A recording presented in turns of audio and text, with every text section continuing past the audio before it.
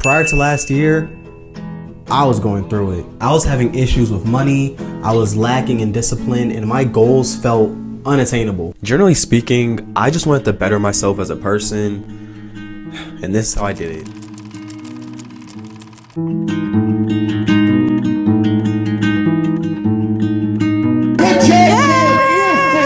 Hi, kind of do this on a whim. I've been gone for a minute. I'm gonna be gone for much longer. I'm gonna take a year to go on a self-improvement journey. So I'm gonna document it as much as I can and see where it leads me. So, see you in a year. That was me, April 10th, 2024.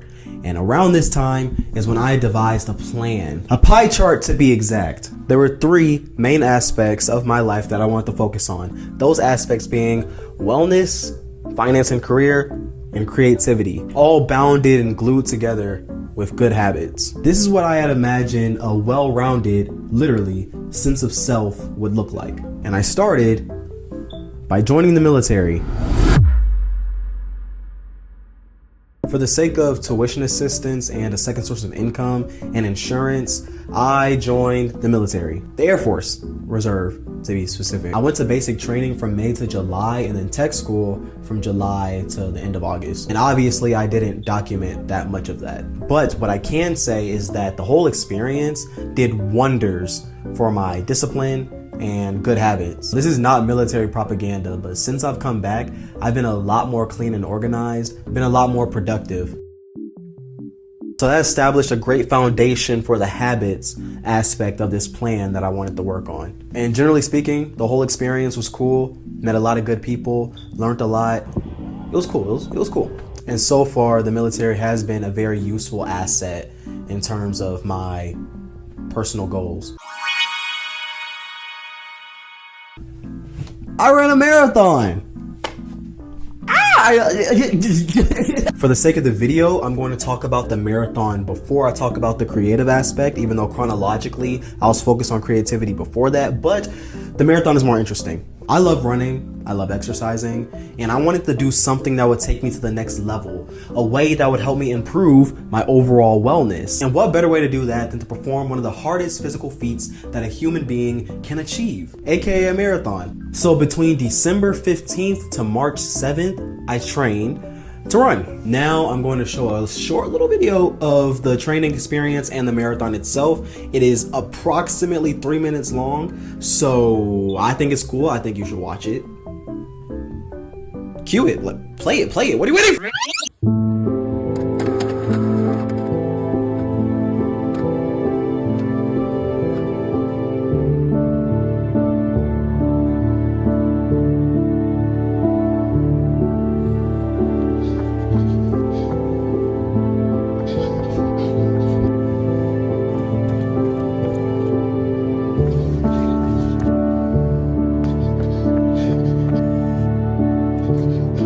Pressure's picking up. Runs are getting longer. It's only getting colder. I'm still putting one step in front of the other. So far, this journey has been pretty fruitful. I'm setting a bar for myself that's giving me a new sense of self-respect, a sense of self-respect that I want to protect.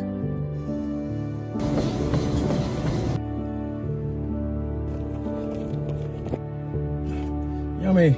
Grab yourself a Celsius. I'm not getting stressed out by this stuff as much. I'm not losing my composure. I'm still running, still clocking in on time, still taking care of my health, still doing my good habits. I'll see you at the race. Transition to the race right now.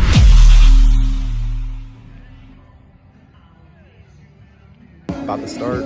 Weather's good. It's cloudy, not too much sun. Excuse this pimple. I'm a little nervous. There's a lot of people here, but just gonna do what I've been doing for the past few months. Have a great run. Have a great run. 2 laps, marathoners. 2 laps. I'm gonna catch y'all after the first 5 miles.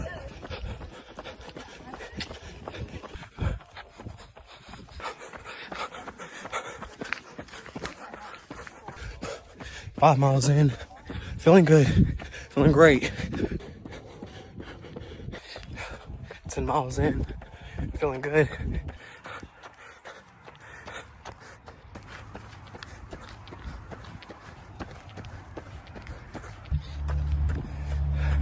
$15 miles in. I'm dying. Not literally, but it's caught up. Yeah, it's caught up. Got a cramp in my leg. Now there's an aid station right not too far. Just trying to get there. 20 miles in. I'm doing a walk run, going back and forth. My legs hurt. But we're almost done. For the fastest guys! Oh my gosh! Finish strong! Good job, Ken! Now moving into How do you feel? So fast, I was not ready. Did y'all get any film? Yeah, he sprinted through the. I'm telling you. I want this to be over. Pizza, Put it on. Put it chips. on. He gonna be eating for the rest of the day. He gonna be hungry. Yay. For the rest of the weekend, he gonna be hungry.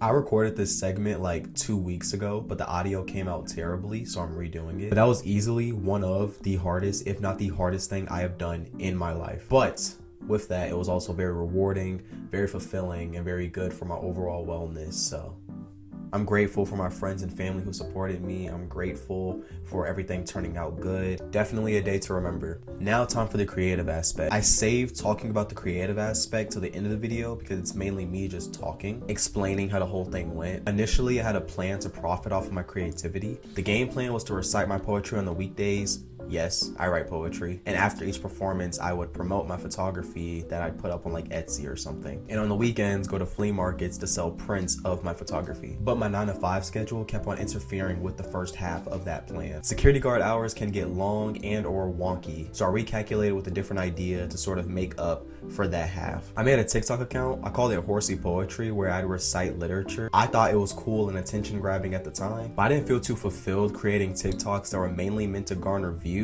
in hopes that I would attract other people who would actually like my work. And while there was sort of a steady growth from it, I just didn't feel too much enjoyment doing it that way. So I scrapped that idea, but still proceeded with the flea market idea. I attempted it once and I set up a stand where I didn't even sell the photography. I was trying to give it out for free. And after sitting there for a few hours, watching people pass by it uninterested, I did begin to feel discouraged. And I understand when you have a goal, when you're pursuing a goal, it's gonna take times of failure, trial and error, moments of discouragement. But I question if this was really my goal to begin with. I question if I'm fulfilling my art, fulfilling my love for creating by leading it with monetary desires. My answer to that was no. So I redirected my intentions, which is creating for the love of creating because it makes me feel alive, gives me a sense of purpose, and let whatever comes with that be supplemental. Obviously not being opposed to monetary gain, but not letting that be the primary goal. And since I did that, I feel like my art has improved. I feel like I improved my photography, improved my writing, improved my instrumentation. So in a way, I do believe that I successfully fulfilled that aspect of my personal growth pie. Those are the things that I did to successfully better myself as a person, and better I feel. So, mission accomplished.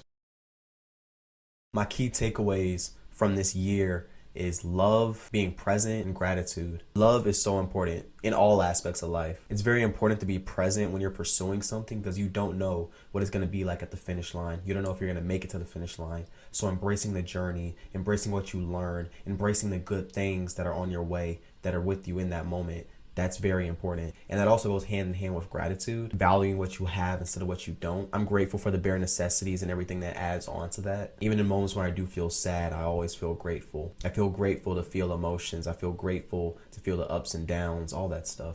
And humility, keeping yourself grounded, keeping yourself centered, not bringing yourself down, but also not getting in over your head. Love, being present, gratitude, humility are things that I value all the more now. And that wraps this up. If you've made it this far on my journey, thank you. I appreciate you. And I hope you have a good day, night, evening, whatever, and take care. Peace.